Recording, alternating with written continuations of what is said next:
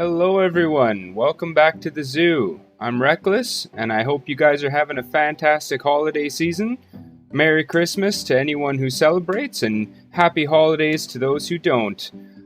As of the time of recording this, it's New Year's Eve. I hope everyone has some fantastic New Year's plans set out for them.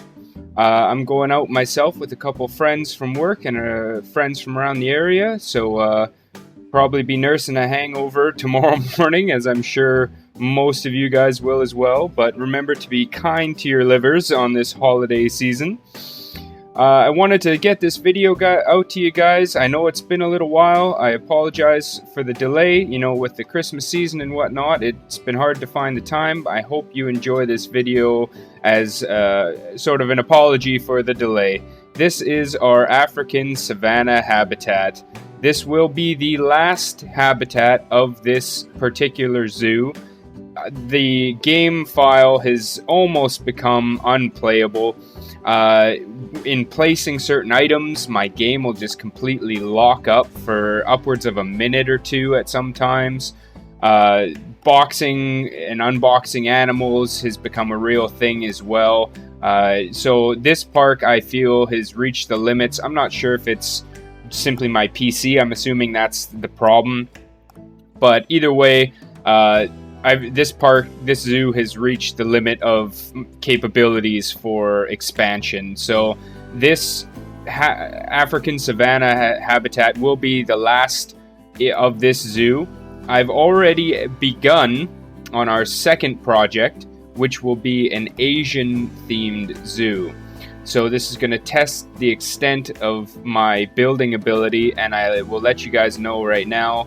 I spent about 8 or 9 hours just crafting the entrance to the new zoo, and I did use a workshop piece in conjunction with that. So yeah, if you're not a fan of me using workshop pieces to accompany my own building, you're not going to like the next part of this series. But all in all, I'm going to do my best to challenge myself, build some cool structures, and make it a really cool themed zoo. Basically, as it stands, we're going to do all of Asia in the next park. That includes China, Japan, India, Thailand, Indonesia, all of the areas that are represented. I'm going to try and encompass within the one zoo. So I hope you guys stay tuned for that.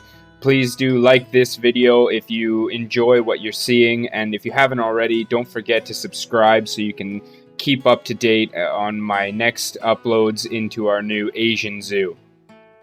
But as far as this African Savannah habitat went, I wanted to not only encompass the rest of the animals that we had left to put into the park, but also I wanted to create kind of a, I don't want to sound cheesy and say Lion King-esque, but that's kind of what I was going for here. So I have like this gully where, there's bones of dead animals and such. You'll see me populate it in a second here, but basically I wanted a savanna grasslands up top with kind of like a gully down below, and this track that you're seeing for the safari here as kind of just like an off point to the savannah.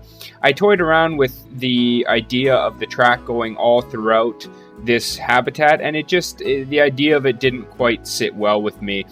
I wanted to cram in the animals, have it really dense population of animals like a proper savanna would have, right? So in this habitat we have a number of animals.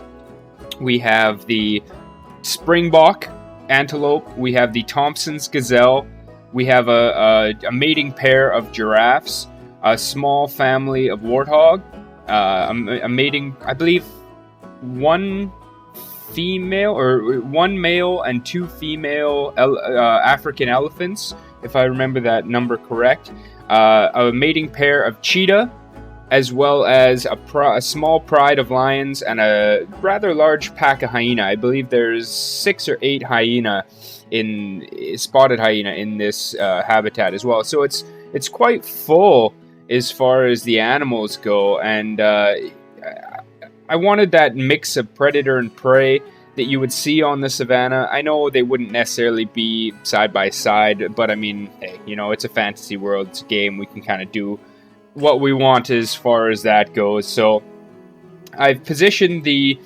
enrichment items and the habitat items on different sides of the habitat in order to spread out the animals in hopes that herbivores will kind of congregate around one area, and then the predators will congregate in the little gully area. But all in all, if they mix, I'm okay with it. I hope you guys like this last habitat that we're doing here. I've had a ton of fun with this zoo in general, and your guys' support throughout has been absolutely fantastic. The channel has grown more than I ever would have imagined, especially since I haven't had time to requisition anyone to get me badging or logos or banners or anything. So as of right now, it's still as if it's a faceless channel, but you guys have all rallied behind me just simply because of the content I've created for you guys, and I'm really thankful for all of your support. So this is the gully with the bones. I know a little bit of this is kind of, not quite the right sizing. It's a little unrealistic, but, I just don't care. I think it looks awesome. Call it dinosaur bones, call it elephant bones, whatever the heck you want, right? Justify it however you please. Call it just additions by the zoo. I don't really care. I think it looks great. So, deal with it. This area here, I wanted to create for these, baobab. I forget how you pronounce these trees, but they're truly a marvel of the African savannah. They are currently an endangered species of trees, the large trunk trees that you saw me placing at the safari area there. They're an endangered species of trees, and they're on the verge of extinction. So I wanted to kind of create a little bit of awareness to these trees. They're just remarkable, massive trees. I believe that in the movie The Lion King, the tree that the monkey, or the baboon Rafiki, I believe he's in one of these trees, and I believe that's where he calls his home. I could be wrong, but either way, it's these massive trunk, massive trees that grow to be, just centuries and centuries old. And they're very iconic with the African landscape, I find, as well as these umbrella trees here. But they are an endangered species of tree. I wanted to kind of bring some awareness to that.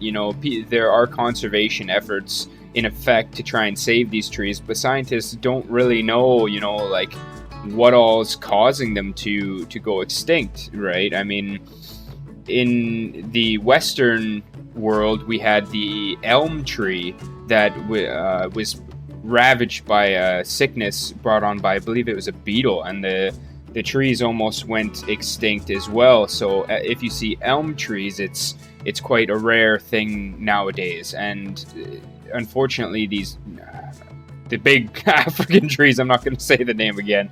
Leave me a comment down below to let me know the correct pronunciation of these trees. But it would be a shame. A lot of people like to bring awareness to the animals of the world that are going extinct, which is, of course, an important factor that we need to address as humans. But also, I think it should be on the forefront as well, that the effect that we're having on plant life and tree life, right? I mean, imagine if, let's say, a maple tree to a Canadian, or like a pine tree to someone who lived in a boreal forest, or let's say a palm tree to someone who lived in Florida or the tropics. Let's say these trees went extinct.